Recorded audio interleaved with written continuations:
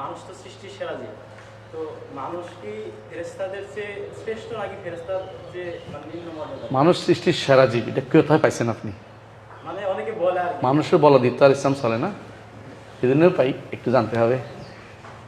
এটা জানতে চাচ্ছি যে এইটাই সেরা হচ্ছে, মানুষের মধ্যে সেরা হচ্ছে নবীগণ। যে কোনো সাধারণ মানুষের চেয়ে ফেরেশতারা শ্রেষ্ঠ, এটা মনে রাখবেন। হ্যাঁ, আর সাধারণ ফেরেশতার চেয়ে নবীরা শ্রেষ্ঠ।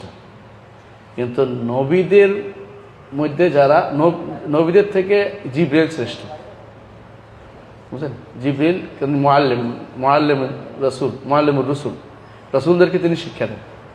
সুতরাং মানুষ সৃষ্টির সেরা, সৃষ্টি মানে এগুলি ফেরেশতা ছাড়া অন্যদের চেয়ে সেরা।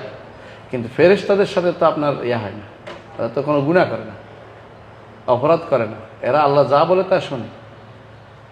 এই জন্য যারা ফেরেশতাদের মধ্যে যারা এই রসুল, যারা ফেরেশতারা সবাই রসুল, কিন্তু তার মধ্যে বিশেষ যারা আছে, যেমন জিবরিল, তিনি সবার চেয়ে সেরা। এই জন্য আল্লাহ তাআলা আমাদেরকে যে দোয়া শিখিয়ে দিয়েছেন, সেটা মধ্যে আল্লাহুম্মা রাব্বা জিবরিল ও মিকাইল ইসরাফিল, দেখছেন তো? জিবরিলের রব, স্পেশাল একটা মর্যাদা জিবরিলের রব।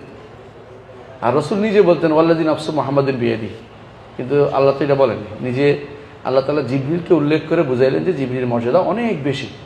এটা আল্লাহ কোরআনে বলে দিয়েছেন জিবরিলের মর্যাদা সম্পর্কে। কি বলছেন? হ্যাঁ, না, কোরআন কারীম বলছেন, কি বলছেন? হ্যাঁ, ইনদা রাব্বিহি,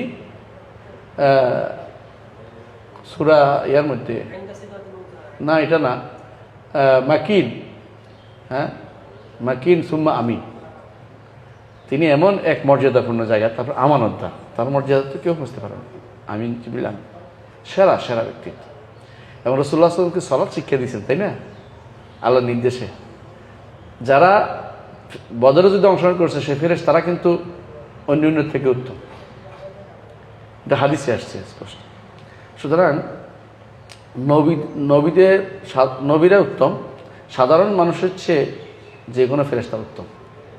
আর এই ফেরেশতা, এই সমস্ত ইয়াদের থেকে জিবরিল উত্তম।